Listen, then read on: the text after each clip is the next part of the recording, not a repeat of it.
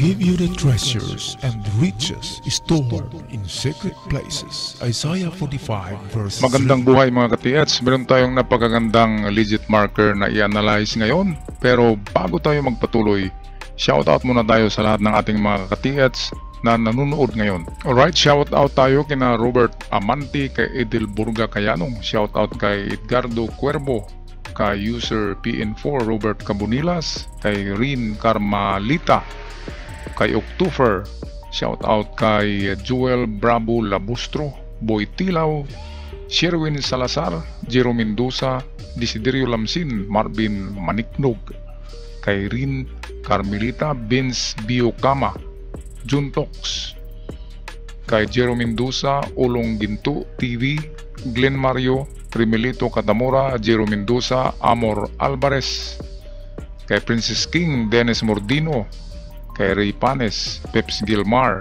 kay Ladiwazi or Ladyways, Robin Bantula, Johnny Daser, and lastly shout out kina Elvin Famaran at kay Jeromil Gabuko. At sa mga hindi nabanggit na mga pangalan, shout out sa lahat. Tayo na ngayon magpatuloy sa ating analysis. Magandang buhay mga ka-TH. Legit marker ang isang ito dahil sa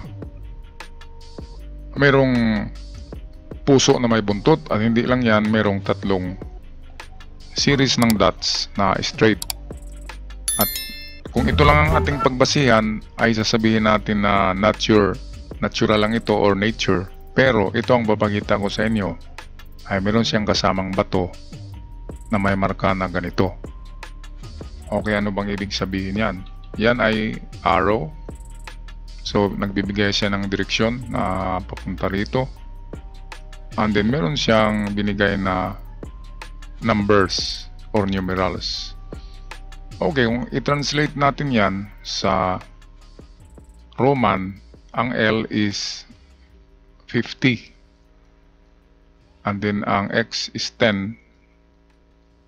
So dito tayo magkamali. I-total natin yan. So magiging 60 siya. Pero mali tayo dyan. Hindi pwedeng 60 yan. At hindi rin pwedeng 50. Kasi kapag nauna ang X sa L, ay ima-minus natin ang 10 sa 50. So 10 minus 50, ang lalabas niyan na value niyan is 40. Okay, so ang ibig sabihin nito ay 40. Ngayon, hindi pa tayo tiyak kung anong unit, kung feet o meters. Kaya unahin muna natin sa feet. Ilang meters ba ang 40 feet?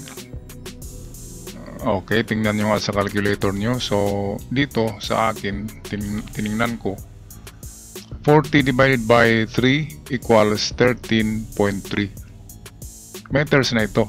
So ito yung unang distansya natin. Pangalawang distansya is literal na, ito yung pangalawang distansya sa paghanap, is literal na 40 meters. Yan, so meron tayong dalawang distansya given. Bigay nitong XL. Ito lang kasi ang pinaka-importante, ang XL. At yung arrow, at alam natin na dito siya pupunta. Yan, so ang gawin natin ay dalawang test dig. Papunta rito, test dig tayo sa 13.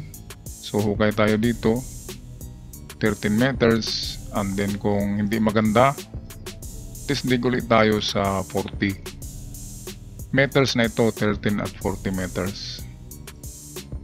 Ngayon kung wala, wag sumurinder kasi pwedeng baliktad itong arrow, pwedeng dito siya pupunta. Kaya kung wala dyan sa kanan, punta tayo sa kaliwa. Ganon din na distansya. Unang test dig is 13 meters, pangalawang test dig is 40 meters. So yan na yan. Okay, sana ay swertehin kayo dyan mga ka-TH. Ngayon puntahan natin ang iba pang sign. Ito yung nagsasabi na may item sa lugar. Pwedeng malapit lang ang item. Ito kung ito'y paa, parang paa kasi nagaganyan, no? pwedeng dito siya pupunta. At pwede rin dyan kung dyan nakaharap, meron na yata kayong hukay dito. Pero ang pangatlong pag-ano nito, paghanap ay i-align ito, ganyan. So dito lang sa tabi niya, mga 1 meter, ganyan. Tapos hanapin nyo yung kaparis na paa.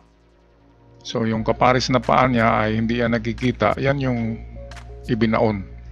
So dito ang test dig, 1 meter lang. Kasi kung ano yan, kung tao ba yan, ay nakaganyan yan siya, nakatikas pahinga siya kung sa military pa, ganyan. So ang kanyang dalawang paa ay ito yan, isa, dalawa. So ito rin yun, isa at dalawa. So yan yung distansya, kaya layong distansya niyan is 1 meter. Okay, pero isa lang ito sa paraan, mayroong tatlo. So ito yung una. Ang pangatlo ay ito, tama naman kayo na diyan. At ang distansya lang yan kasi paa is 7 up to 9 meters kapag susundin natin yung kanyang turo. So siguro hindi pa yan 7 meters, dagdagan nyo sa unahan. At kung wala dyan dito sa kabila, baka dito nakaharap yung paa na yan. So ganun din ang distansya, 7 to 9 meters ang test dig. Okay, good luck. Puntahan natin ang iba. Ito, ano ba ito? Ito yata yung kanina o hindi? Tingnan nga natin ulit. Parang magkaiba to. Okay, kasi ibang butas ito eh.